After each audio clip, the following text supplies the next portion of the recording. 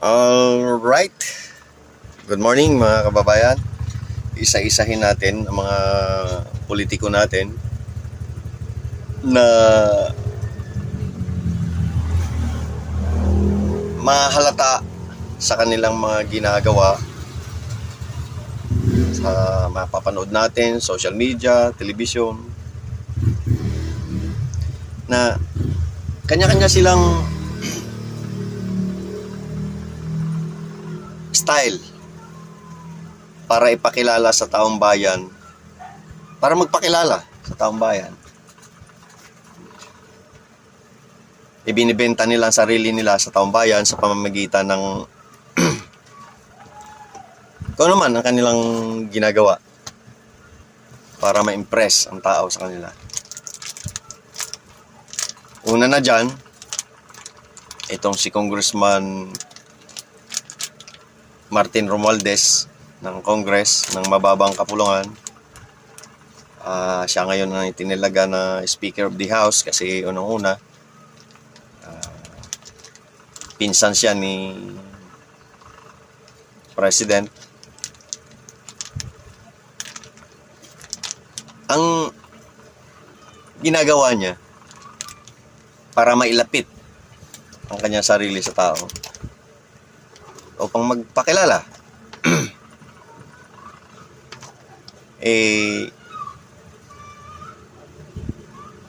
una sa pamimigay ng ayuda ng DSWD kapag may mga nagaganap na sakuna. Normal lang naman sa atin dahil tayo ay disaster prone na bansa. So every time na may disaster or man-made man yan o natural, naroon siya. Naroon ang presensya niya kailangan naroon siya bago mag-distribute ng ayuda sa tao. Ano pa? Doon sa lugar na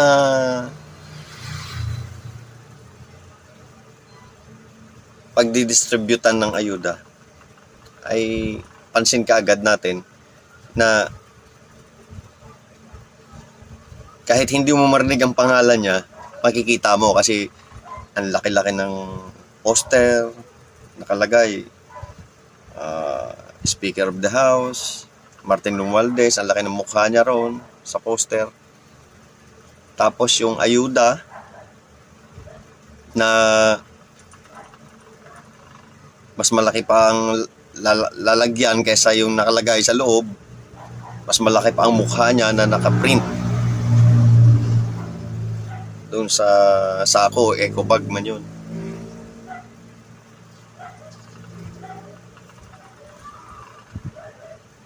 So,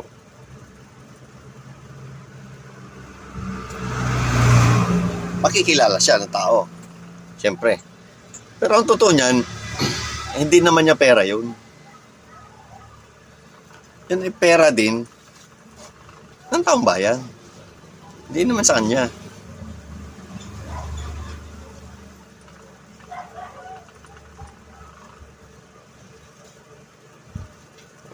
Hindi naman po pwedeng hindi siya sundin ng mga taga DSWD kasi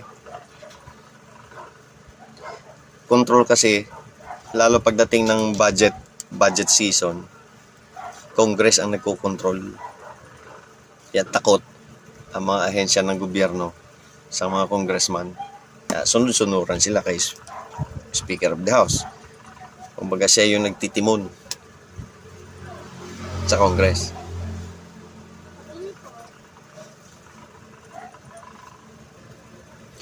Congress ang may kapangyarihan kung ang isang ahensya ng gobyerno ay aproban yung budget na hiningi o bawasan o tanggalan ng budget, katulad ng ginagawa nila sa office of the Vice President at DepEd. Tinanggal nila ngayon yung intelligence fund, at confidential fund.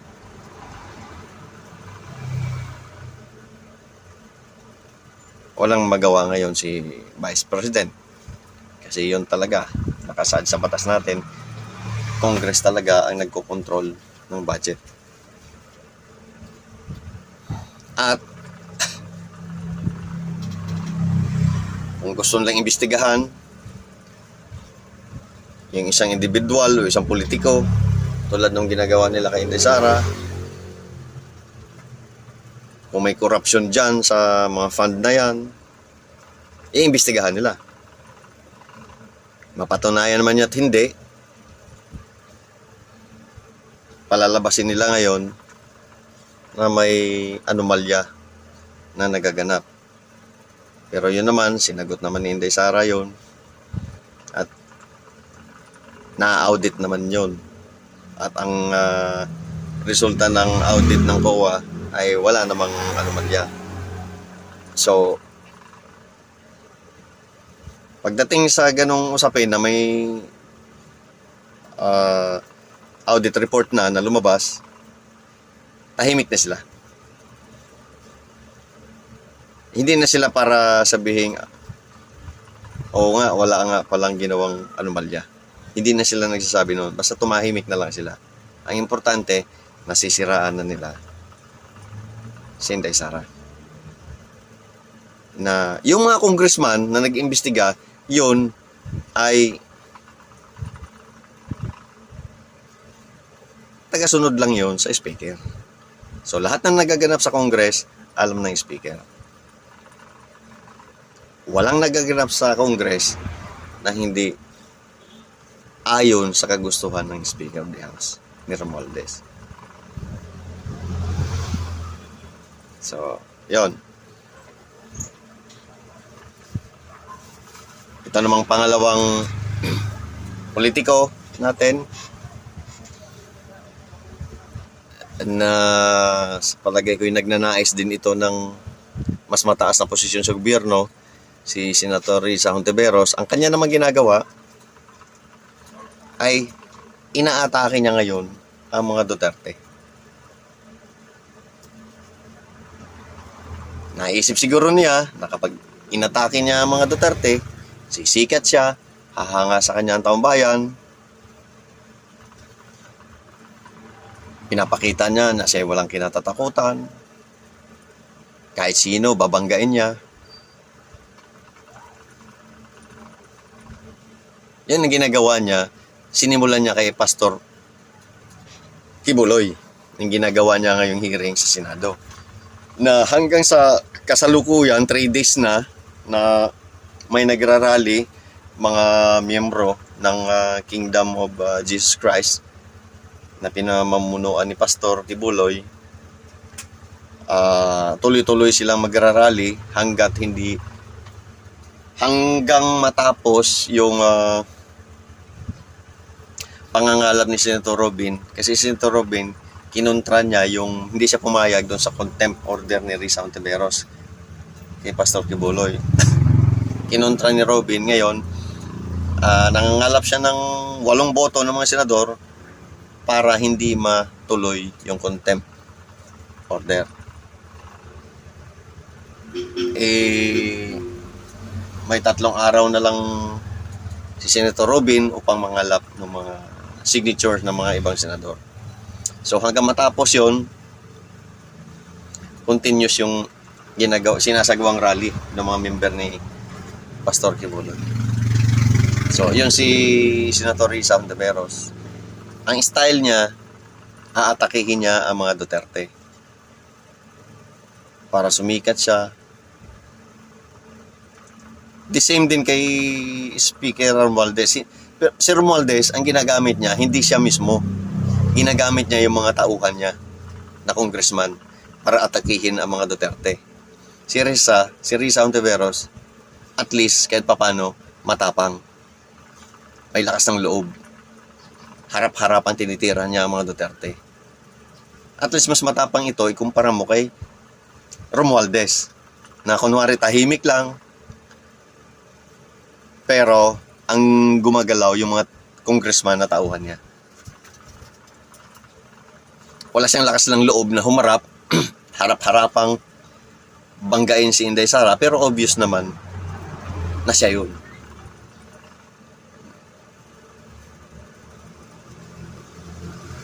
So, yun ang pinagkaiba nila ng Risa. Si Risa, mas kung mamimili ka sa dalawa, ako, mas pipili na ako kay Risa kung wala talagang ibang pagpipilian.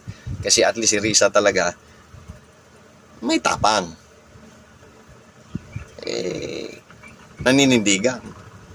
Yung isa, kalalaking tao, iwas ng iwas, deny ng deny, na wala siyang alam, tungkol dun sa PI, People's Initiative, klaro naman na galing sa Congress, deny sila ng deny, hanggang ngayon hindi naamin yung mga congressman. Kung hindi umalma ang tao, hindi matigil yung PI. So yun, mas matapang si Risa kumpara kay Martin. Ito namang isa na si isang senador din, si Raffy Tulfo. Ito naman, kung hindi mo siya kilala, hindi mo suriing maigi yung mga pinaggagawa niya, ang unang impresyon ng taong hindi nakakilala sa kanya, bibilib at hahanga sa kanya. Kasi ang ginagawa niya, lalo sa programa niya, yung Wanted sa radyo, sadyang ibang klase ng tao na to, napakatapang. Walang kinatatakutan, kahit general, colonel man yan, military, police, politiko, babanggain yan. Bibilib ka sa tapang. Kung sa tapang at tapang din lang, unang tingin mo doon sa tatlong na mention ko, itong pinakamatapang. Kung ika nga ay defender ng taong bayan. Kasi lahat ng mga may problema, lahat ng klaseng problema, ilalapit sa kanya, tutulungan niya. Nakikita natin, tinutulungan niya, binibigyan niya ng pera. Problema ng mag-asawa, lahat. May problema, tutulungan. Ang problema kay Senator Raffy Tulfo, kapag sinuri mo, napakaraming sablay. Unang-una, kapag may lumapit sa kanya, nagreklamo, mayroon na kaagad siyang judgment na yung inireklamo ay may ginawang kasalanan. Pag hindi sumagot, may ginawang kasalanan, guilty.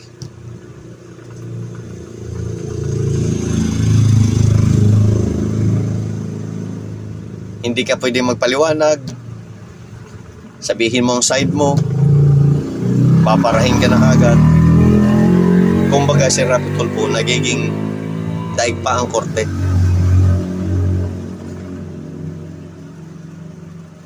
Daig pa ang judge. Ika nga, instant justice. Napakaraming humanga na tao. Hindi alam ng tao, ang alam lang talaga ng tao, siya ay tumutulong sa mga mahihirap. Kahit mga kernel, kakausapin niya, binabara niya. Parang alam na alam niya lahat. Pagdating sa investigasyon, basta halos lahat ng bagay parang alam ni Tulfo. Yun ang dating ng kanyang personalidad. Ngayon, kung wala naman siya doon sa programa niya, sa Wanted sa radyo, sa Senate, nagiging parang extension nung Wanted sa radyo. Halos ganun din ang ginagawa niya. Mahilig sa grandstanding. Ito na lang ginawa niyang hearing sa PCSO. Yung anomalya sa PCSO. Nung unang hearing, ang tapang.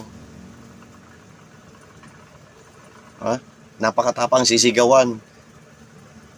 Yung ibang mga hearing na inaatinan niya, sisigawan yung mga resource person. Kaya ang resource person, siyempre tatanungin mo, Ngayon, ang gusto niyang sagot, pagka hindi ayon dun sa kanyang kagustuhan yung sagot, kukontem. O kaya tatakutin na i-contem. Iinsultuhin.